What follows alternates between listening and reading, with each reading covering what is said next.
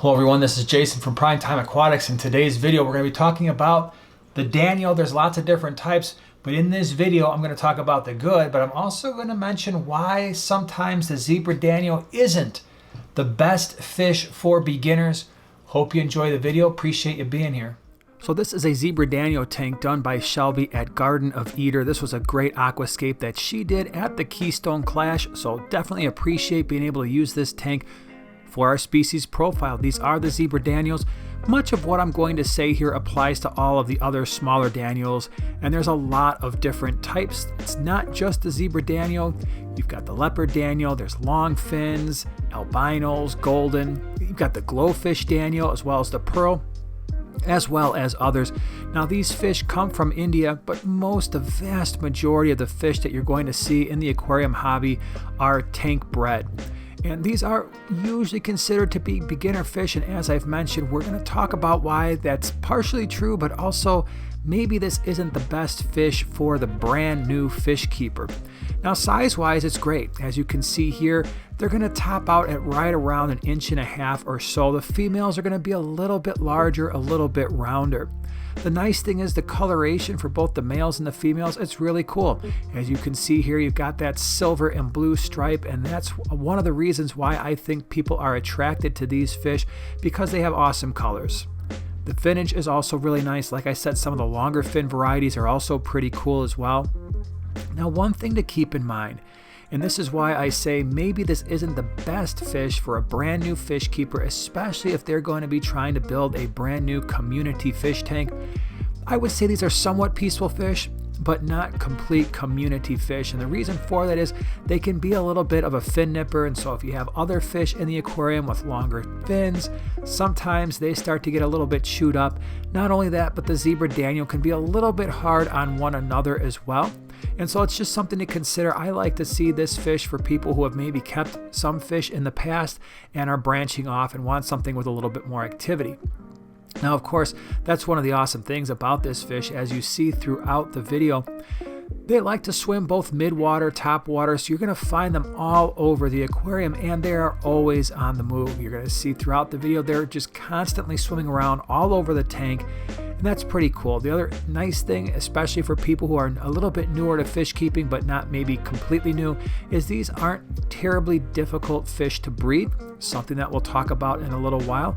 And I think one of the most interesting aspects of the Zebra Danio is how important they are as a model organism in research.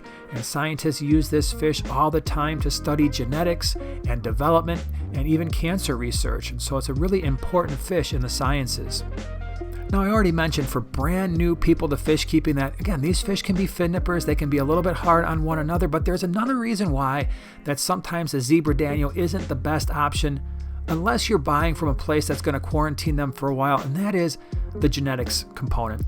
These fish are bred a lot in the aquarium hobby, and because of that, sometimes the genetics isn't quite the best, and you might see that show up with some genetic abnormalities, some physical characteristics that might not be quite right, and that might be like a bent spine or something like that. So just keep in mind, if you're looking for Zebra Danios, make sure you get them from a reputable breeder or a reputable fish store that is quarantining fish for a while, so that some of these issues might be obvious in the first couple weeks of quarantine. Now, for tank mates, you've got some options here if you're looking to keep them in a community setting.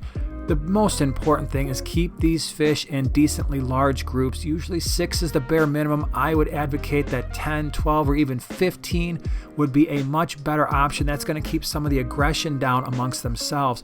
By the way, if you're looking for Danios, check out flipaquatics.com. They are a channel sponsor, and they are a channel sponsor because they sell great fish and shrimp. They also quarantine their fish for at least 2 weeks, which means you're going to be buying your fish from a reputable seller.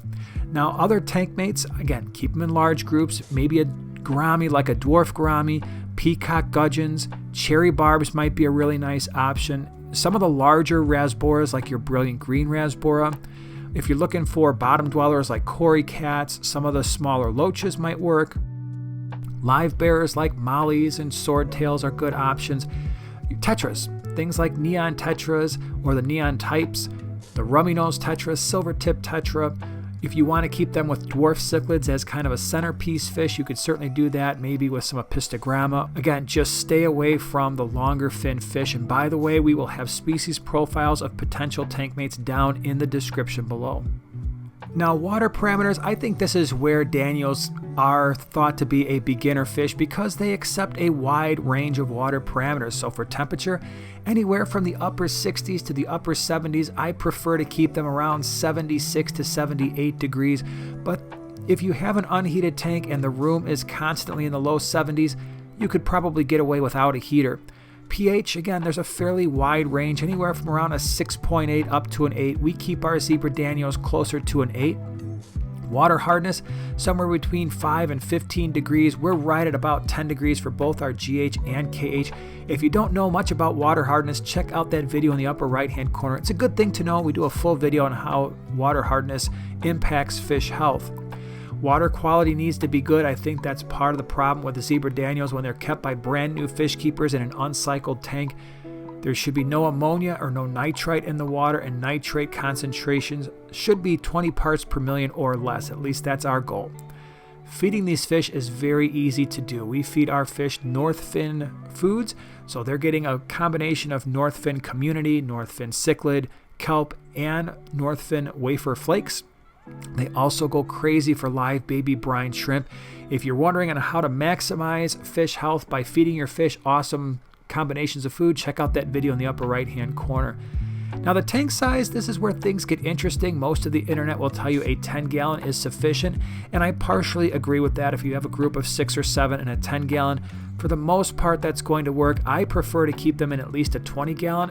One of the reasons why is I like to keep them in larger groups to reduce that species aggression amongst one another. And so if I can keep them 10, 12, or 15 in a group and keep them in a 20 long, I tend to have much better luck.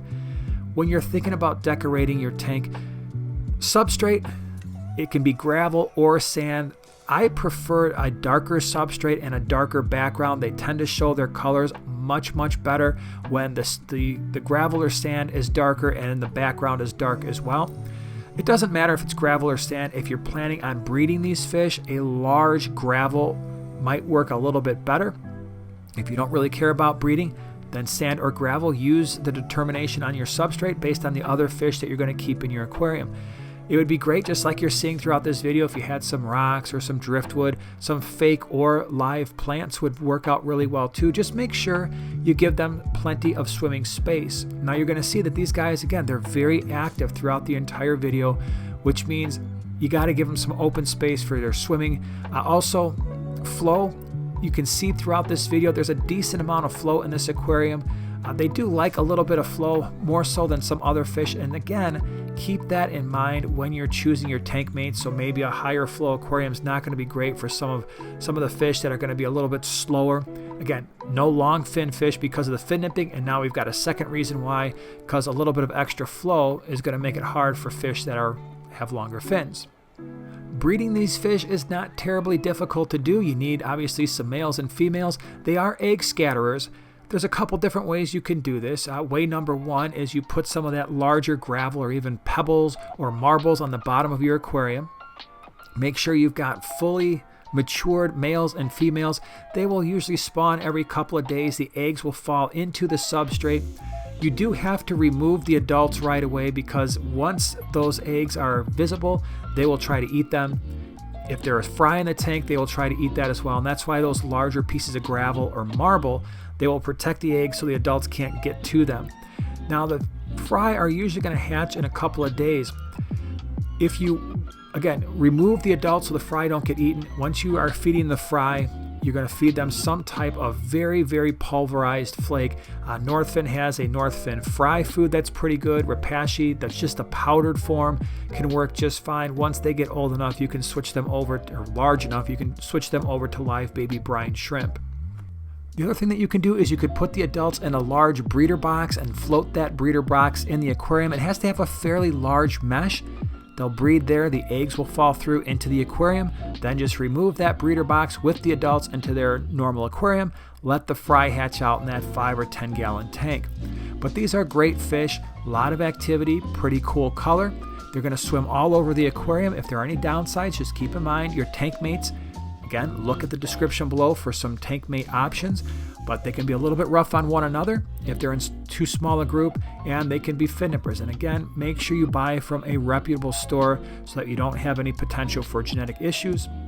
But these can be really, really great, very hardy fish, and they're pretty inexpensive. Again, if you're looking for danios, check out flipaquatics.com. Really appreciate you being here, and we'll see you in the next one.